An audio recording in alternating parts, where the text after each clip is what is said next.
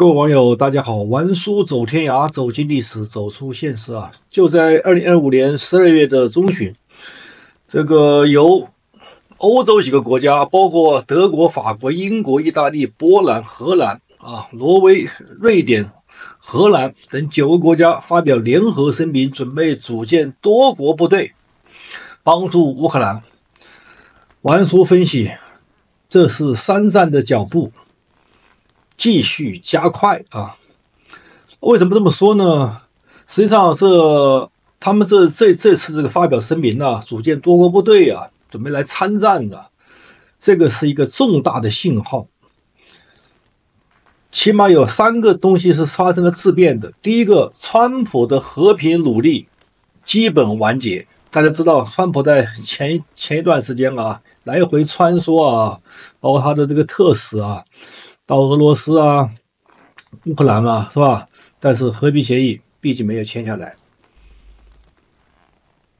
按照正常人邏輯，俄羅斯是吧，見好就收。但是俄羅斯強人政治嘛，獨裁者他不會按照一般老百姓的想法來辦事兒的。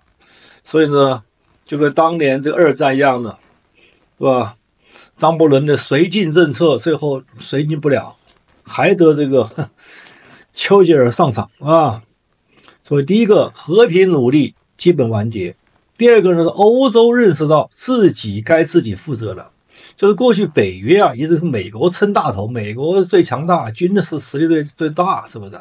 但是美國現在啊，由於在過去N 年中間，美國這個低矮的文化掏空了美國，搞得美國也很虛弱。說一個簡單例子是吧？美國跟中國比，造船業，中國是美國的200倍，打什麼仗？打仗打的是後勤。所以美國現在注重亞太，跟日韓、澳大利亞、菲律賓這個把第一島鏈能夠守清楚的不錯了，對不對？所以美國也沒這麼能力，靠歐洲了。所以川普在第一任的時候啊，一直在讓歐洲把 GDP 的多少拿出來，這個搞軍事。現在歐洲各國家基本上認同這一點了吧？把 GDP 貼到5%左右。所以呢，歐洲的大多數人啊，包括英法德這些大國啊，開始認識到了，所以要擔負起幫助烏克蘭的責任了，是吧？要組建志願軍了，這是一個非常重要的信號，兄弟們啊。第3個呢，我覺得時間點把握得很好，就是俄羅斯目前已經在軍事上、在經濟上，已經處於一個很難支撐的時候了。那你看兵源不夠，靠這個朝鮮，對吧？據說這個朝鮮最近有矛盾了啊，這個死亡的人要給錢吶，這是俄羅斯拿不出來啊。俄羅斯是說這個朝鮮這個戰鬥能力比較弱啊，這個是要打折扣，是吧？這個黑幫之間就開始這個分赃不勻了，這個說不清楚了，对吧？所以俄羅斯目前已是叫强弩之末，所以呢，多國部隊開始正式組建。玩夫的推論是，未來要反攻到這個俄羅斯本土你光靠飛彈、靠無人機不行的，你下面要地面部隊進去，是吧？就像當年2戰的時候，是吧？美國遠跨太平洋，遠跨大西洋，歐洲法國諾曼底登陸，你不到這一步是不行的，是吧？非要打到這個德國本土，讓這個希特勒這自殺。他不自殺，他是不可能跟你投降的完事把這點說到所以3戰繼續加速。從這個多國部隊的聲明來看呢，就是俄羅斯這一塊的這個戰爭臨界點已經到了。我們要是把這個時間撥到2戰的初期，當年美國真正改變戰爭走向的，並不是日本轟炸珍珠港那一天，而是此前一連串看似有限的克制的不直接參戰的動作，比方說美國搞的租借法案，美國的軍隊護航，派軍事顧問幫助培訓，以及物質體系如何去綁定。那麼我們看今天的歐洲正在重複一條極其相似的一個路徑。這次德法、英國、意大利、波蘭、芬蘭的挪威啊，這個9個國家及歐盟機構聯合發表聲明，他明確提出要組建多國部隊支持烏克蘭。這句話本身，王叔認為就是一個歷史的分水嶺，就跟當年這個日本炸了珍珠港，美國參戰道理一樣的啊。當年美國是吧，不露面就參加了盟軍了。這意味着歐洲已經不再滿足於給錢、給武器、不進場，這已經過去了。經過了戰爭的這個進入第4個年頭，這一階段已經過去。那個叫俄烏戰爭初期叫序幕，現在正式大幕拉開。為什麼王叔說的觀點呢？因為過去3年了，這個3-4年時間，歐洲國家對烏克蘭的支持可以總結為一句話，就打的是烏克蘭，出拳的啊是我們，但我們人我們可以不下場，就像當年美國一樣，我们人不下場，是吧？老百姓都怕死，哈哈，我們也不想把个戰爭引到我們本土。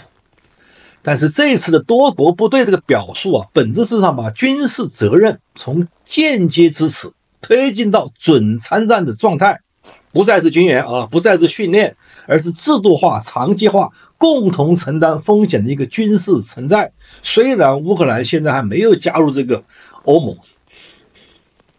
這一步，那麼和2戰中美國啊從中立到同盟國的一員的轉折，邏輯上是高度一致的。這話已經說明了，說透了。美國當年也是先說我們只賣武器，是不是啊？哎，我們只是護航，我們只是協防，哎，沒有想打你德國，是吧？是吧？當時的美國的工業、軍力、戰略規劃全部與戰爭綁定時，是否正式宣戰，已經只是一個時間問題了，對吧？所以這次呢，我們看這個事件呢，非常相像，我們看歷史讀懂現在嘛，對不對？然後呢，推導未來嘛。那我們就再來分析一下，為什麼歐洲現在敢邁出這一步呢？其實答案也很現實，因為俄羅斯啊，已經不再是2022年的俄羅斯了。拖到第4個年頭，俄羅斯發生了哪些變化呢？我們用數字說話啊。首先看一下它的軍事損失這一塊。根據多方的這個西方情報機構啊，包括智庫啊和媒體的交叉評估啊，截止到這個目前俄烏戰爭的第4個年頭，俄軍的累計傷亡人數超過了100萬人，有的說準確數字是115萬人的死加傷。那麼陣亡人數呢，預計是25到30萬人。這是蘇聯解體以來俄羅斯承受的最大規模的軍事損失。你看，現在要全員徵兵了，對吧？原來只是這個啊，是吧？非這個義務兵，對吧？那麼這個數字意味着什麼呢？意味着他一整代的這個職業軍官都被消耗了，精銳部隊已經打光了啊！現在要依靠動員兵、合同兵、短訓人員頂上，哎，包括朝鮮兵要頂上啊，個雇傭軍就不用說了。所以說現在俄羅斯啊，不是還能不能打的問題，而是還能不能持續高強度作戰的問題。這次的這個紅軍城的這個包圍戰，俄軍又是以失敗告終啊！說了好多次，怎麼已經全部佔領了，但是沒佔領，對不對？現在戰爭你中有我，我中有你，對吧？我們再看它俄羅斯這個裝備和戰鬥力的結構性下滑啊。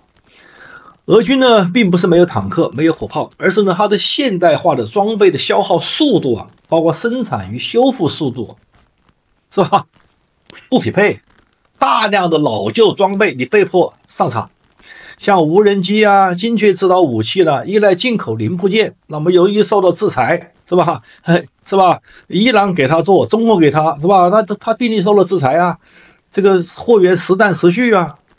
換句話說，它表面的數量還存在，但實際的戰鬥效能在持續下降，這就給了歐洲有勇氣了。你弱我敢打，你太強了。說句實話，這個大家不應敢打，對吧？並且呢，真正致命的還不是這個前線，不是裝備，不是武器，而是後方經濟。如果說人員的損失是流血，那麼經濟和能源被打擊才真正的失血，你沒有後續力量了。你像煉油廠這塊，那麼就成了俄羅斯的这個嘛阿克琉斯之踵了。過去2年，烏克蘭持續使用無人機打擊俄羅斯本土能源設施，尤其是煉油廠，就像當年英國啊用轟炸機轟炸這個德國的這個軍事基地啊，把你的轟炸，把你的飛機場都炸平。截止目前，俄羅斯有將近13%到17%的煉油產能被迫停運，多家大型煉油廠遭到了反覆打擊，部分設施的這個修復周期啊，要有數月來計算了。所以這個烏克蘭的精確打擊非常有效，打擊你的後勤保障，打擊你的產能。它現在包括年加工能力1500萬噸級的大型煉油廠被迫暫停生產，直接衝擊國內的燃油供應與出口能力，因為俄羅斯靠油嘛，賺錢嘛，輸血嘛，把你這個血管給你掐斷，對，它的能源損失啊，收入損失很大，對吧？因為能源是俄羅斯的財政命脈啊，不像其他國家一樣，其他國家有別的產業，它就靠這個東西。那麼綜合的估算顯示的，它的能源相關損失累計達到了700億美元，是吧？加上還有在歐洲、美國被凍結的財富，是吧？相當於俄羅斯1年的 GDP 的4%到5%。與此同時，軍費支出卻在持續攀升，所以俄羅斯現在物價上漲，是吧？整個存款利率1年期的到10幾到20的這樣一個區間了，非常危險的這個經濟結構，收入在下降，支出在上升，戰爭絕停不下來。所以川普按照人性來講呢，給你個台階下你就下去，他那個家伙就不下，那個普京啊，這就是典型的戰爭財富的一個負反饋啊，這個叫什麼剪刀差，你一個上一個下，你把它卡住了，你靠錢呢，打仗是靠錢的，一個導彈啊，可能就需要1億美金呢，是吧？所以這才是俄羅斯強弩之末的一個真正的含義。但是很多人認為呢，俄羅斯的強弩之末呢，似乎就馬上崩潰啊，馬上就完蛋啊，不會，沒那麼快哈，他還能打，他打到最後一口氣，就像這個當年希特勒是早都從意大利撤兵撤到保衛本土就行了，對吧？他不非要意大利守住，那時候这個打到本土了，本土他還可以退守，他不讓退，不讓走成戰線。所以他強人政治獨裁者，他可以一錯再錯。你現在收手了，俄羅斯現在還可以慢慢的恢復嗎？恢復經濟啊，對不對？但是他堅守，但是他還能夠消耗，能夠拖延，慢慢的是慢慢死，所以呢，但是現在歐洲已經看清楚了，歐洲不陪你慢慢玩了，我們上場再推你一把，再送你一程。我覺得這次的多國部隊組成就會送俄羅斯一程，加速它的垮台。所以歐洲這次的下場啊，對戰爭的意味着什麼呢？意味着王叔認為啊，3戰這叫正式開啟。因為所謂的世界大戰不是俄烏兩家嘛，對不對？它起碼是多家嘛，是吧？所以多國部隊的聲明變成現實，哪怕初期只是那個後勤保障啊、防空協防，包括這個教官與技術人員培訓，是吧？現在是志願者可以上場啦，對吧？可以大規模上場啦。啊，我英國派個10萬、20萬人不是問題吧？啊，波蘭派個20、30萬人不是問題吧？這樣就是吧？多國部隊圍剿俄羅斯本土，所以俄羅斯面對的不再是烏克蘭一個了，這是世界大戰。你把朝鮮拉進去，還能拉誰吧？對不對？就看你的本事了，是吧？所以呢，這個軸心國啊，可能未来啊，這個戰爭走向帶來3大變化。第一個就是俄羅斯將被迫進一步轉於全面防禦，原來之前還是進攻相持，現在是防禦了。第二個，對俄羅斯對烏克蘭本土與後方的威懾能力在下降了，是吧？第三個，俄羅斯本土目標包括能源，包括軍工，它的這個被摧毀的風險持續上升。你不光是煉油廠，你的軍事設備本土的，只要是本土的，全部正在把你消化掉啊，然後打入你的本土。所以結論啊，王叔結論很清楚，就歷史正在重複，但角色呢已經互換。二戰時，美國是最後下場，但是卻是決定勝負的一方。今天歐洲啊，現在從原來調換了配角到主角是吧？原來是配合是吧？現在他正式下場，這個意味着第3次世界大戰正在加速進行，俄烏戰爭已經不是要升級了，叫全面開打，就是未來一定是打到俄羅斯本土，這個是指日可待。所以在這一次，時間、力量都不站在俄羅斯這邊，他一定是戰敗國，好吧？王叔的結論，提前1-2年跟大家宣布。以上觀點不對的地方，歡迎大家和王叔互動，打在屏幕下方。謝謝大家。讓你能夠聽到我的心，什麼時候也能把我想起。